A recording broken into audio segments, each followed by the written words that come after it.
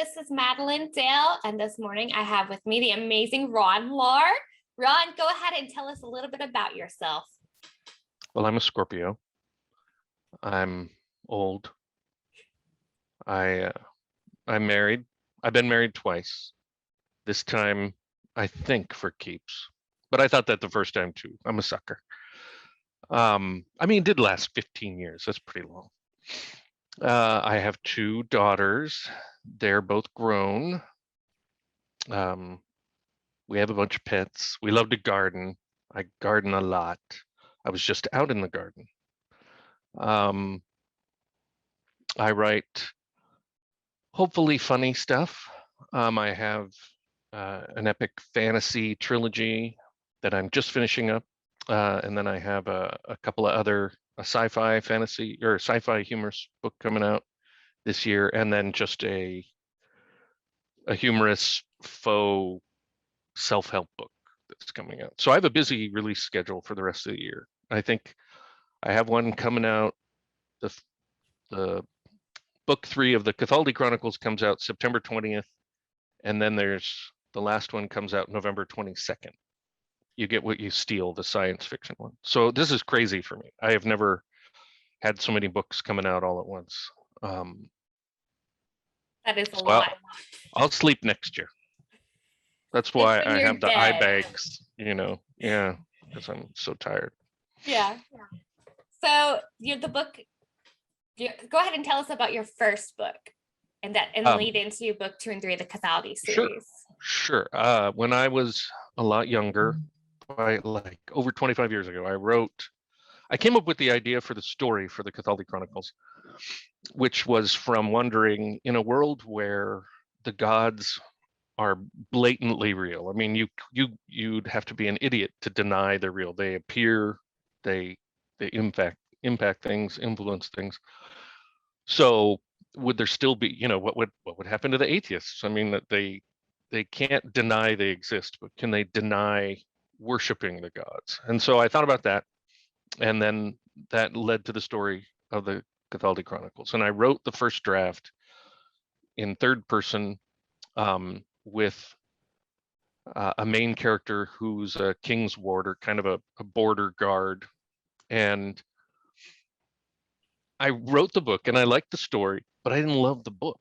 And so I put it away. And every few years, as I had my career in IT and my children and my divorce and everything, I would get it out and I'd rewrite it. I'd try to rewrite it and I'd start it and I still wouldn't love it. So I accidentally stumbled on doing first person with a different character as the main character, and then I loved it. So now Dirk is the narrator, and it's kind of like you're at a bar with him and he's just telling you the story. And one reviewer described him as an unreliable narrator, which I love because he's really building himself up and talking himself up and minimizing what his friends are contributing and kind of mean to his friends, not to their faces all the time, but just describing them. And so I enjoy it.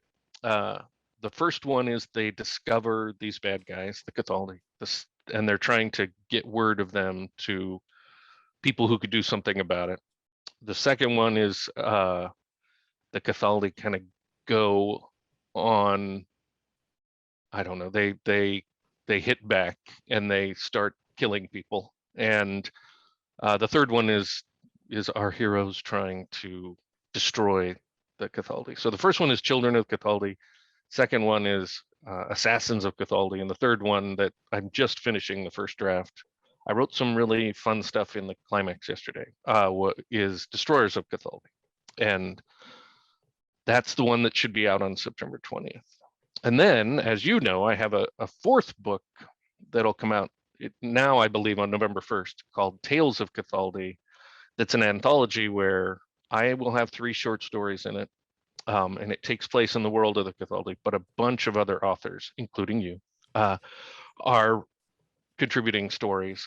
And that is really surreal because I'm not a successful enough author that somebody has written fan fiction in my world, but it's like that. I mean, your places, your gods, all the, it's very fun. And then people have written things that I would never have written. So that's really cool.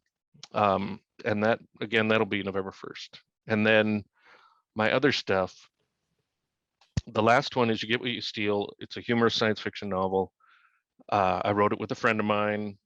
Um, it it's it's a little more goofy. I mean, the Cathaldi Chronicles are epic fantasy. There's a lot of humor, but it isn't goofy. You Get What You Steal is a little goofy. And then I have another book coming out on October 11th called You're as Stupid as You Are Fat: How to Talk to Women. And I mean, it's awful. It's just awful. I So my first wife left me after 15 years. I started dating, and I was about 35 years old, and I had been, married since I was 20. I mean, I hadn't dated in forever. So I start dating. That's real weird, and I get sort of serious with this one lady, and she said, "You don't know how to talk to women." And I'm like, "Well, that's ridiculous. I'm like a genius at talking to women. I have a great relationship with my ex-wife, with my mom, my daughters. I'm the best." So to prove it, I decided to write a book. Well, I start writing it, and it is awful. I mean, I'm not a sexist guy, and but the book came out just so bad, and I'm like, okay, well, obviously this can't be by me. And I created a character, and he actually is the precursor to Dirk, but he's so much worse. And I mean, he's just awful. He says awful things. Now, I think they're very funny. I would not say most of those. So I wrote it basically just to be able to win an argument with that lady, saying, I'm a guy who's written a book that has sold, in multiple countries. And anyway, so now I've rewritten that, and I am putting my name on it. I actually released it without my name on it. Mm-hmm. Now I'm going to release it with my name on it. It says by Zach Bear, who's the pretend guy, and then in parentheses, secretly also by Ron L. Lahr. But when I was younger, I worried about my reputation. Now I couldn't care less. My children are grown. My wife has resigned to me being a crazy person. So, yeah, that's the one I'm most curious to see what people think about, because it is so politically incorrect. And I mean, there's just awful stuff. I'm rewriting it. I'm trying to tone down some of it, and I'm adding some content.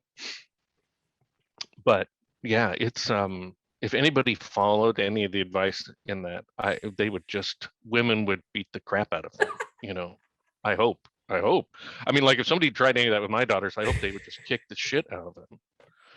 So I bet anyway, it's gonna be good though. If you said it's gonna be kind of like Dirk, but only a little bit more intense, because I love Dirk. So. thank you. Yeah, Zach is. I mean, it's funny. I laugh when I read it, but it's also somewhat embarrassing because it's just so bad. And yes, the biggest issue I have with that book right now is, in the book, Zach invites people to email him.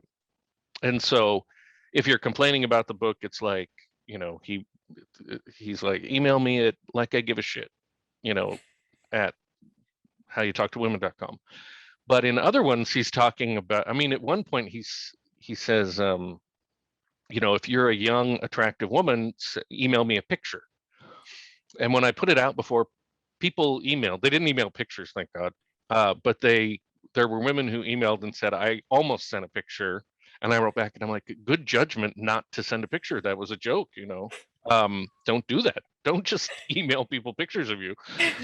But so I need to get that set up again, the email domain, so I can set up all the emails, and because it is funny, the interaction with people from it. I mean, I'm sure it's a tiny, well, as you know, you write something and a tiny fraction of the people will reach out to you and communicate about it. Yeah. And then if you write something offensive, there's an even smaller percentage, because some percentage of the people are offended by what they read.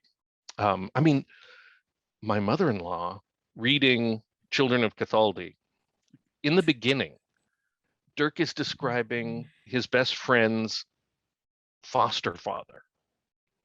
And he's like, his leg got injured, but he disproves the, angry, mean cripple theory or something like that. And she was so offended that I wrote that she stopped reading it. And I'm like, well, that's ridiculous. I said he's not a mean cripple. and I'm like, oh, she was obviously just looking for some reason to not have to read my book. Oh my gosh. Yeah. But with Zach, it's way worse. I mean, yeah, I really want you to read it just so you can tell me privately how awful it is. Like, I can't believe you wrote. There's some lines in there. So I wrote it, and then I didn't look at it for a couple of years, and I read this one line, and I gasped. I couldn't believe I had written it. And even at some point, Zach talks about the sequel, and it's called "I'm Glad You're Infertile Because I Think You'd Make an Awful Mother." And I was like, oh my God, I can't believe I wrote that. That is so mean. That's like the worst. Oh my gosh. Yeah, exactly. And I'm like, was I drunk when I wrote that? I don't know. Because I used to make it funnier. I used to travel a lot for work. And so you're in airports all the time, you're in hotels. And I'm like, well, I don't want to just watch TV I did a lot of reading, but I decided I wanted to be productive. So I flew so much, I was always in first class. So there was always drinks on the plane. And then when I get to the hotel, there were always drinks.